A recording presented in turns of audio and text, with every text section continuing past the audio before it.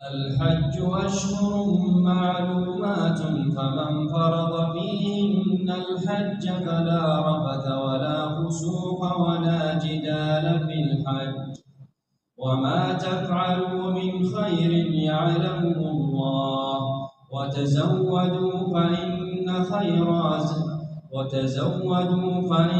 خير الزاد التقوى واتقون يا أولي الألباب۔ حج کے چند متعین مہینے ہیں، چنانچہ جو شخص ان مہینوں میں احرام باندھ کر اپنے اوپر حج لازم کر لے تو حج کے دوران نہ وہ کوئی فحش بات کرے، نہ کوئی گناہ، نہ کوئی جھگڑا، اور تم جو کوئی نیک کام کرو گے اللہ اسے جان لے گا۔ اور حج کے سفر میں زاد را ساتھ لے جایا کرو، کیونکہ بہترین زاد را تقوی ہے، اور اے عقل وال میری نافرمانی سے ڈرتے رہو۔ ليس عليكم جناح أن تبتغوا فضلا من ربكم فإذا أفضتم من عرفات فاذكروا الله عند المشعر الحرام واذكروه كما هداكم وإن كنتم من قبله لمن الضالين۔ تم پر اس بات میں کوئی گناہ نہیں ہے کہ تم حج کے دوران تجارت مزدوری کے ذریعے اپنے پروردگار کا فضل تلاش کرو، پھر جب تم عرفات سے روانہ ہو تو مشعر حرام کے پاس جو مزدلفہ میں واقع ہے اللہ کا ذکر کرو، اور اس کا ذکر اسی طرح کرو جس طرح اس نے تمہیں ہدایت کی ہے، جبکہ اس سے پہلے تم بالکل ناواقف تھے۔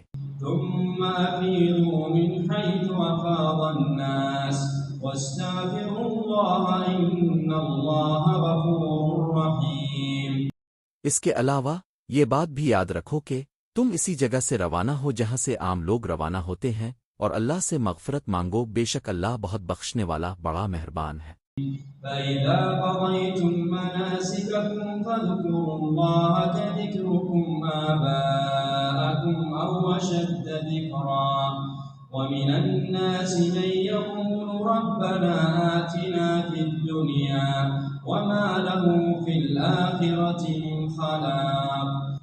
پھر جب تم اپنے حج کے کام پورے کر چکو تو اللہ کا اس طرح ذکر کرو جیسے تم اپنے باپ دادوں کا ذکر کیا کرتے ہو، بلکہ اس سے بھی زیادہ ذکر کرو۔ اب بعض لوگ تو وہ ہیں جو دعا میں بس یہ کہتے ہیں کہ اے ہمارے پروردگار، ہمیں دنیا میں بھلائی عطا فرما، اور آخرت میں ان کا کوئی حصہ نہیں ہوتا۔ ومنهم من يقول ربنا آتنا في الدنيا حسنة وفي الآخرة حسنة وقنا عذاب النار۔ اور انہی میں سے وہ بھی ہیں جو یہ کہتے ہیں کہ اے ہمارے پروردگار، ہمیں دنیا میں بھی بھلائی عطا فرما اور آخرت میں بھی بھلائی، اور ہمیں دوزخ کے عذاب سے بچا لے۔ أولئك لهم نصيب مما كسبوا والله سريع الحساب۔